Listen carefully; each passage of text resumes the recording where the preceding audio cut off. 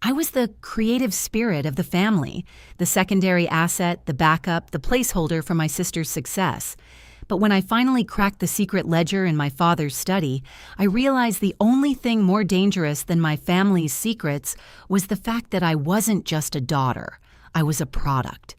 My sister, Elena, has always been the golden child, the one who could do no wrong, whose academic accolades and professional triumphs were the constant soundtrack of our family dinners.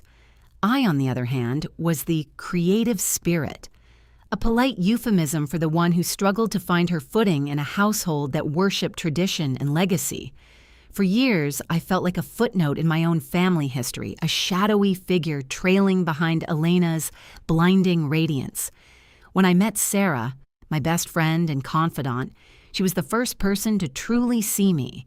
She was also the first person to suggest that the reason I felt so disconnected wasn't just a lack of confidence, but something fundamentally off about the way my parents treated me compared to my sister. Sarah was the one who pushed me to dig deeper. She had this sharp, cynical edge that I lacked, and she was convinced that there was a hidden ledger in my father's study, a place strictly off-limits to everyone except him. For months, she urged me to find a way to see what was inside those mahogany cabinets.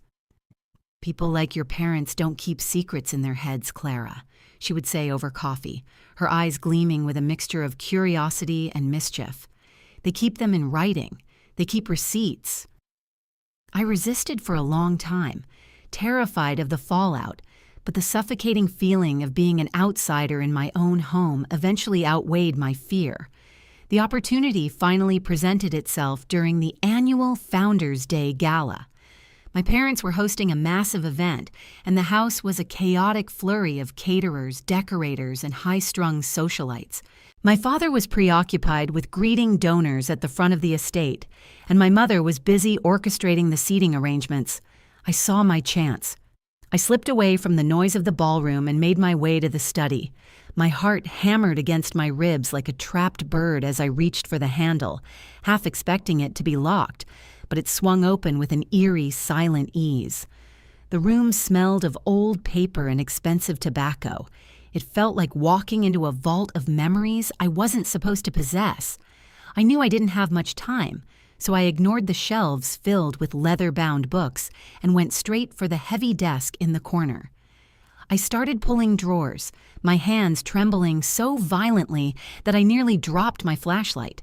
It was mostly standard legal documents, deeds, and tax forms.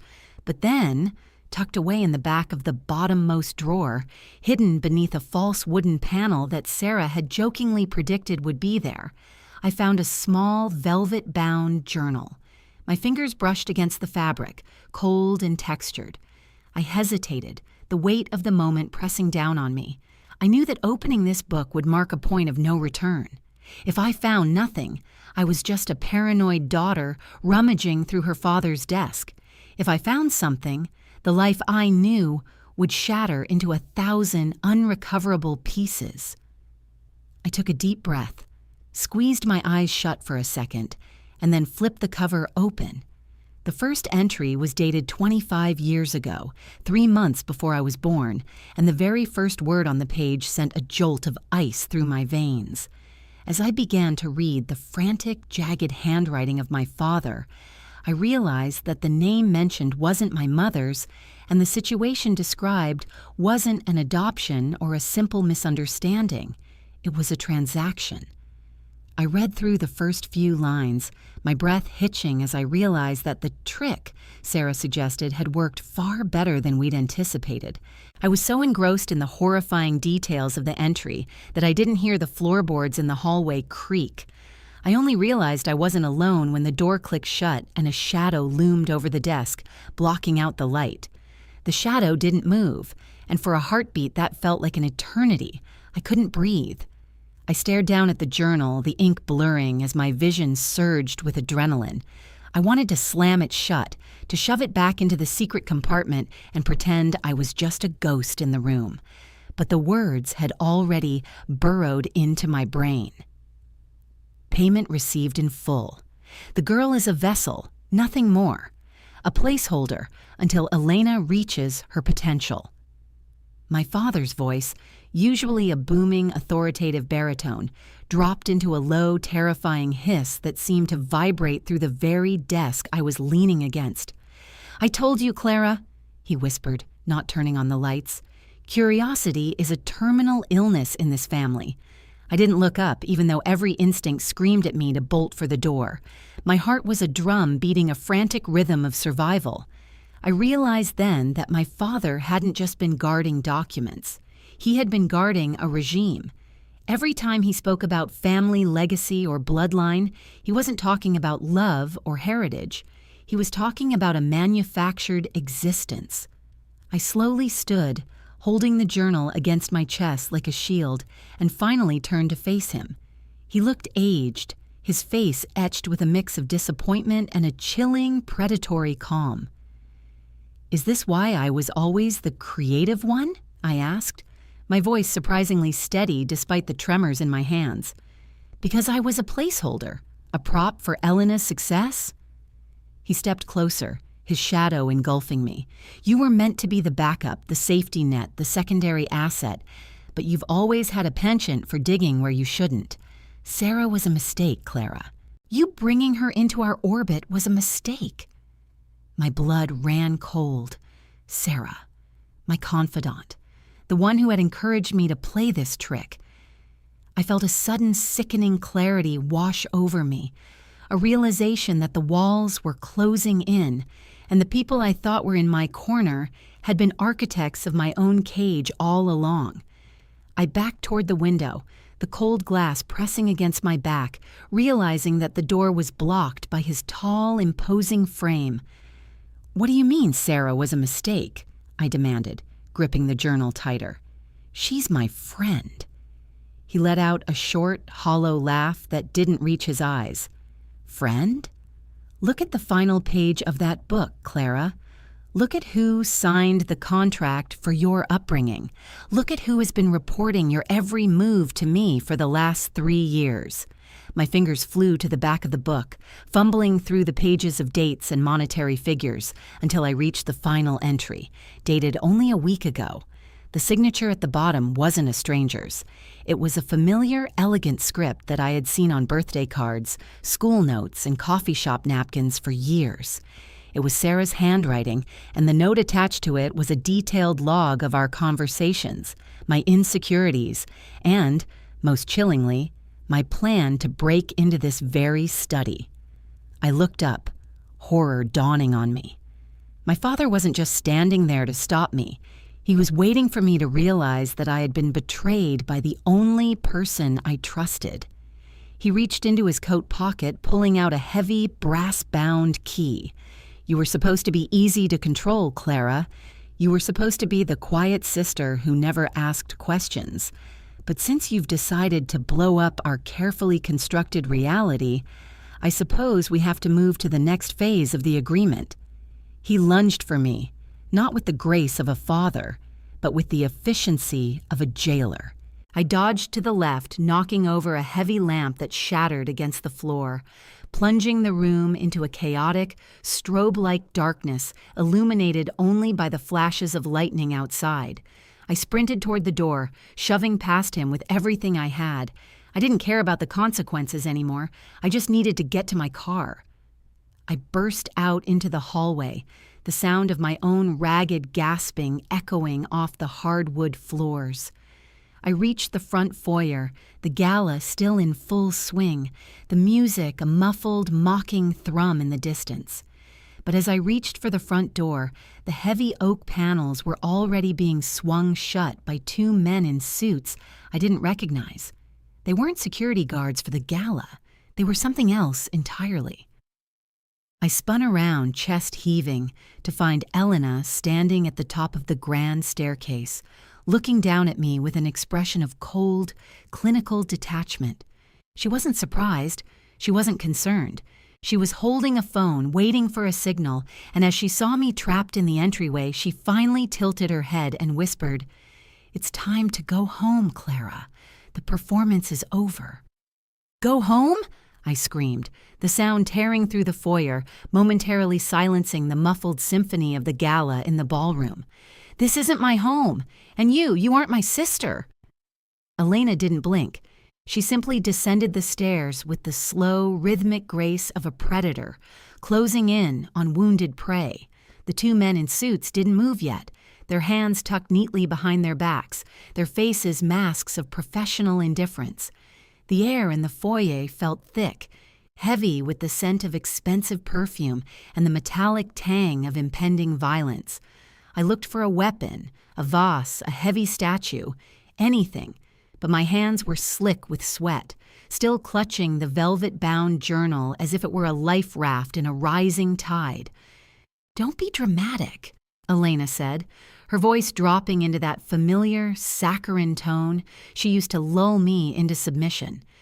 "You've always been the emotional one, the troubled younger sibling. It's part of your design. But tonight, you've crossed a threshold you can't uncross. You've seen the ledger. You've seen the cost." "The cost of what?" I backed away, my heels clicking sharply against the marble floor. The cost of creating a perfect human, or the cost of disposing of the defective one? My father emerged from the shadows of the hallway, his shirt sleeve torn from our brief scuffle. He looked less like a grieving parent and more like a man managing an inventory loss. He gestured to the men in suits. "Take the journal, then take her to the secondary facility. The gala is a distraction, but we can't afford a scene. If anyone asks, Clara has had another one of her episodes and is being taken to the private clinic for stabilization." Panic surged through me, not the frantic, blinding panic of a child, but the cold, calculating instinct of someone who had just realized they were fighting for their life. I didn't wait for them to reach me. I threw the heavy velvet journal at my father's face, catching him off guard. As he recoiled, I turned and sprinted, not for the front door, but for the kitchen service exit. I knew the layout of this house better than anyone.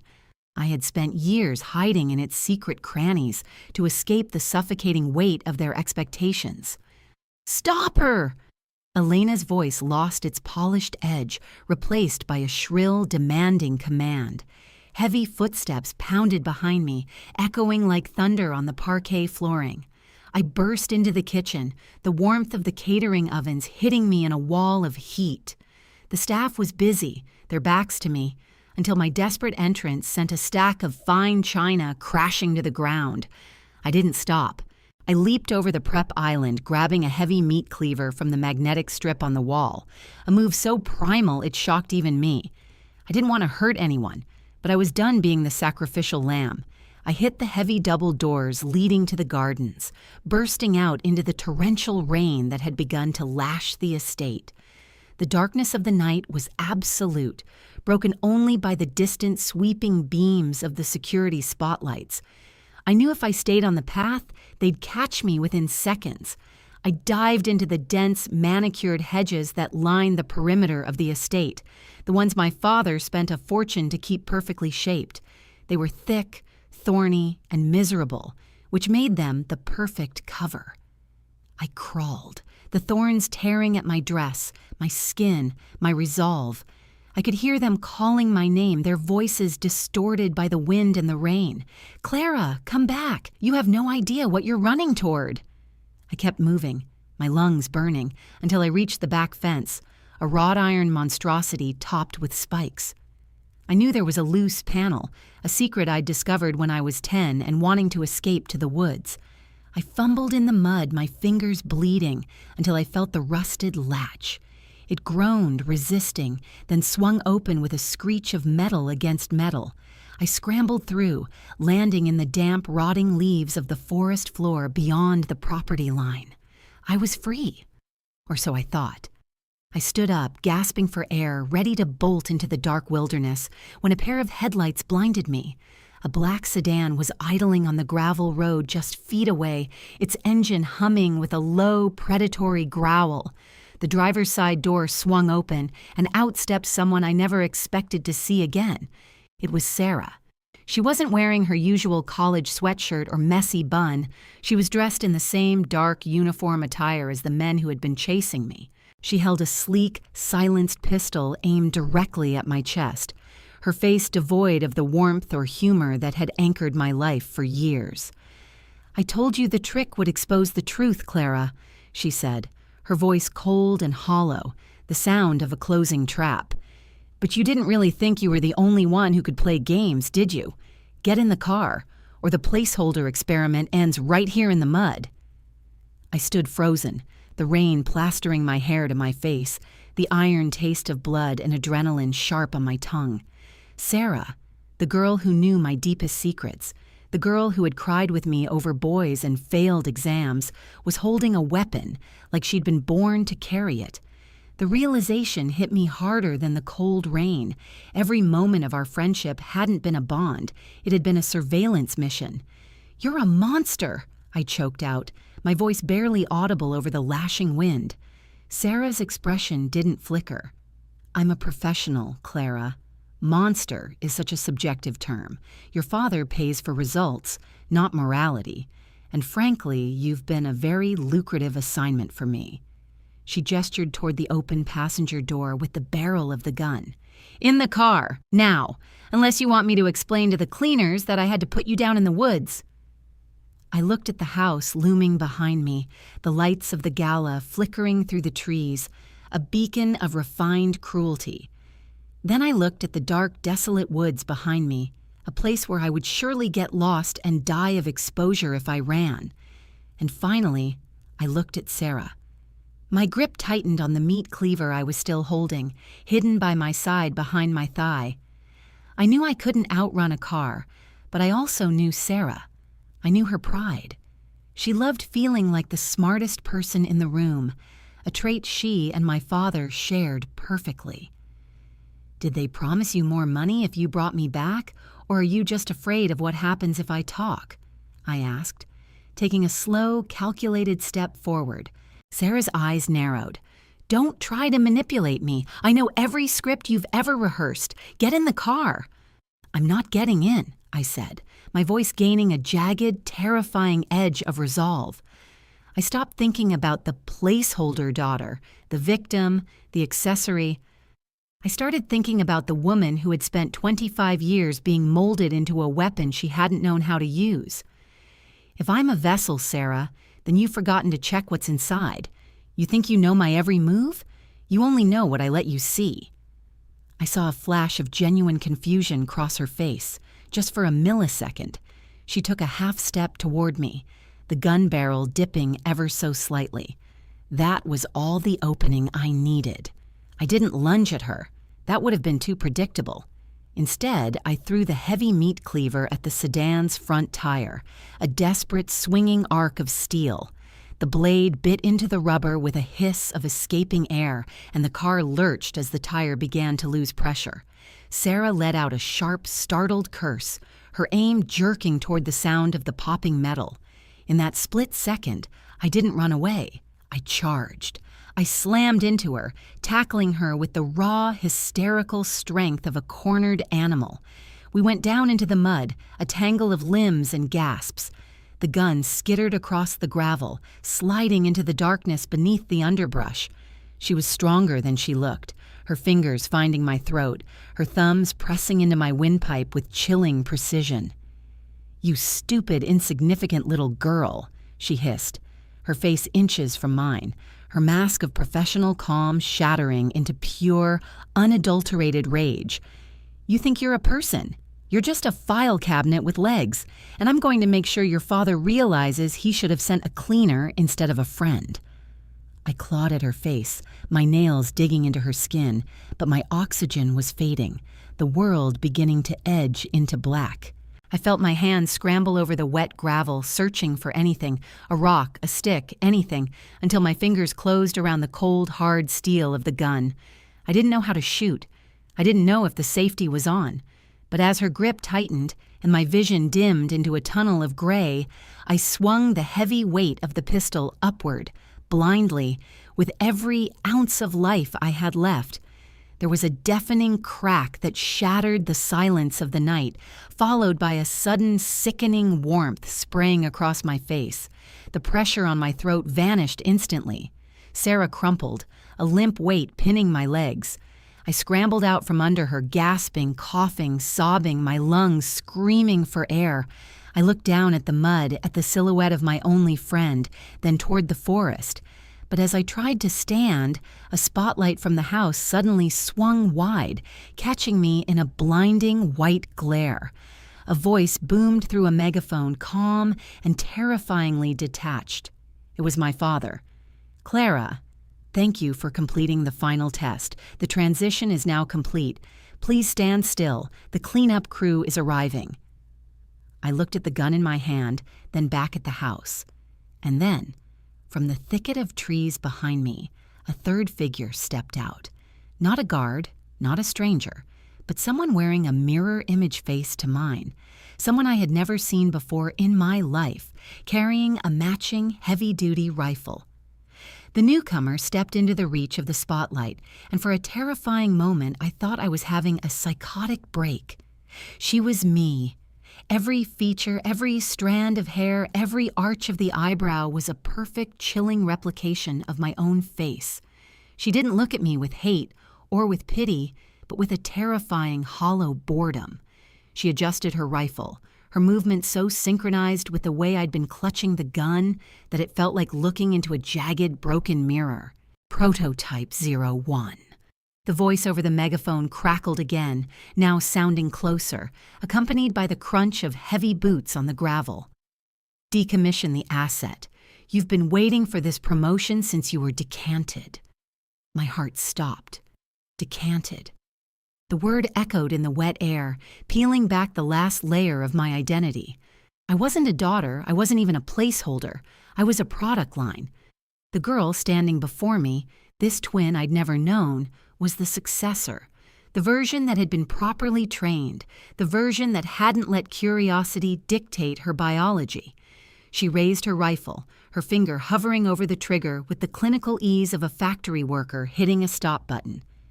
"You're making a mistake," I gasped, the words bubbling up through the adrenaline and the grime of the struggle. I looked at the girl, my double, and saw a flicker of something human behind her eyes, a doubt. A hesitation. "They're not parents. We aren't sisters. We're just inventory to them. When I'm gone, what makes you think you'll be anything more than the next thing to be traded?"